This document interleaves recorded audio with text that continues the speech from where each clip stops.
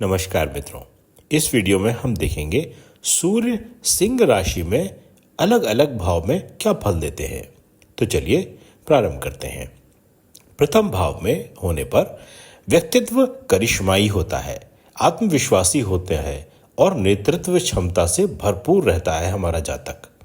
समाज में मान सम्मान और आकर्षक प्रभाव रहता है। कभी कभी अहंकार और गुस्सा बढ़ सकता है। द्वितीय भाव में होने पर वाणी प्रभावशाली होती है और परिवार में सम्मान प्राप्त होता है। धन अर्जन की क्षमता, लेकिन खर्च भी अधिक होते हैं। खान पान और आभूषणों की रुचि होती है। तृतीय भाव में होने पर साहसी और पराक्रमी स्वभाव होता है। छोटे भाइयों से सहयोग प्राप्त होता है और यात्राओं से लाभ मिलता है। लेखन, संचार और मीडिया में अक्सर ऐसे लोगों को सफलता मिलती है। चतुर्थ भाव में होने पर माता का सहयोग प्राप्त होता है और घर परिवार में प्रतिष्ठा बनी रहती है। भूमि, भवन और वाहन की प्राप्ति होती है। परिवार के प्रति जिम्मेदारी की भावना हमेशा रहती है और उसको बखूबी निभाते भी हैं। पंचम भाव में संतान से सुख मिलता है और शिक्षा में सफलता प्राप्त होती है। इस जातक की प्रतिभा कला, खेल और रचनात्मक क्षेत्रों में है। प्रेम संबंधों में आकर्षण और स्थिरता रहती है। छठे भाव में होने पर शत्रु पर विजय प्राप्त करते हैं और प्रतियोगिताओं में सफलता मिलती है। नौकरी और सेवा क्षेत्र में ही प्रगति है, इसलिए ऐसे लोग व्यवसाय की तरफ ज्यादा झुकाव न रखें। स्वास्थ्य में रक्तचाप या पेट की समस्या हो सकती है। सप्तम भाव में जीवन साथी आकर्षक होता है और प्रभावशाली होता है।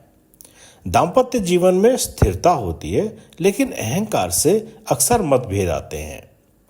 व्यापारिक साझेदारी से लाभ प्राप्त होता है। अष्टम भाव में होने पर गुप्त विद्याओं, शोध और रहस्यमय विषयों में रुचि बढ़ती है।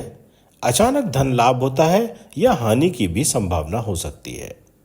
स्वास्थ्य में हृदय या पेट से संबंधी परेशानी हो सकती है।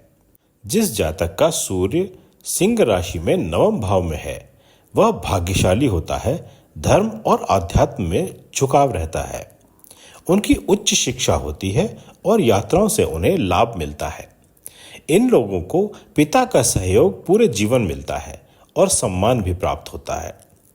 दशम भाव में होने पर करियर और व्यवसाय में उन्नति प्राप्त होती है। सरकारी कार्यों और प्रशासन में सफलता मिलती है। समाज में प्रतिष्ठा और उच्च पद बना रहता है।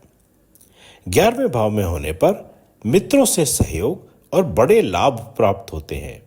इच्छाओं की पूर्ति और समाज में मान सम्मान बना रहता है।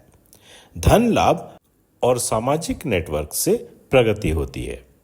12वें भाव में होने पर विदेश यात्रा या वहां से लाभ प्राप्त होता है।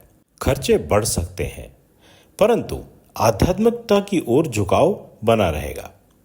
ऐसे लोगों को गुप्त शत्रुओं से सावधान रहना चाहिए।